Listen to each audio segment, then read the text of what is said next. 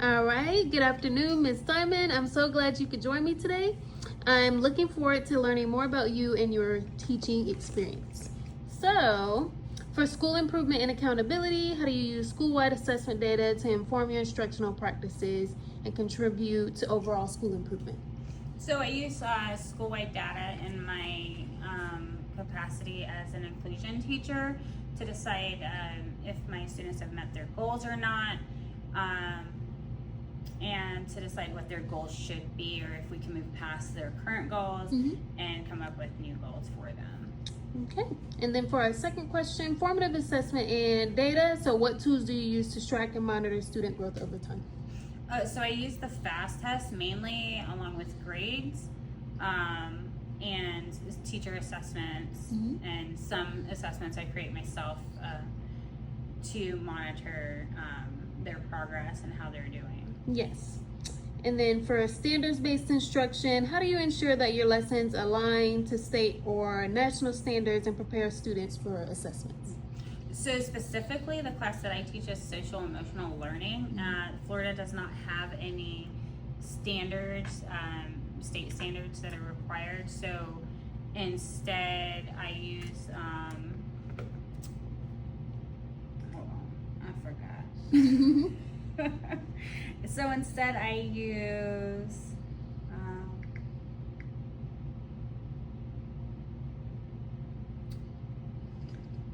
the Cassell standards, which are 5 different categories to help me with creating my own objectives and benchmarks for the class. I write all my lesson plans, I write all of the objectives myself, pretty much create everything myself for that class. Okay.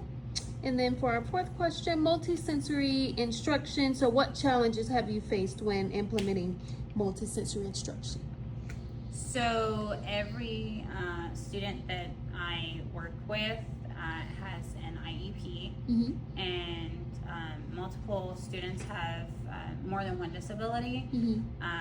Some of them struggle with learning, with hearing, with comprehension, so they end up needing a lot more time, and honestly that's the thing I struggle with the most, because as teachers we just don't have enough time to give any kind of individual support that some of the students need. Yes, I agree for sure.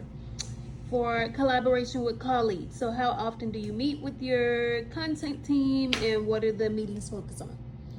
So as an inclusion teacher, we actually do not have an ESE meeting, so we don't meet as a department. We join our meetings of other departments because we go in and collaborate with those teachers.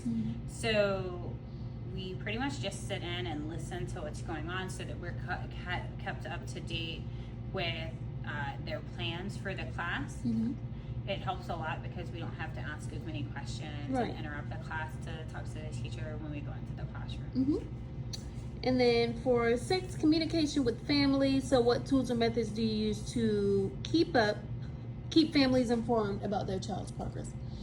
So to keep families informed about their students' progress, I use Focus, which you can look at a parent portal, and I would put notes in there that I can allow parents to be able to see. I also use Focus emails, which are just tracked emails that are sent using the Focus system. And phone calls. I have been known to call the occasional parent, especially if a student's continuously not turning in work. Yes. And then for our last question, what is one piece of advice you would give to a new teacher just entering the classroom?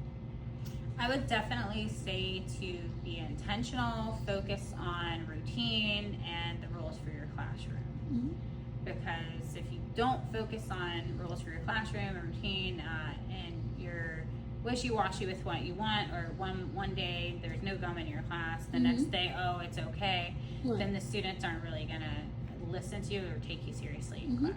All right, that concludes our interview. Thank you so much, Ms. Diamond, for your time.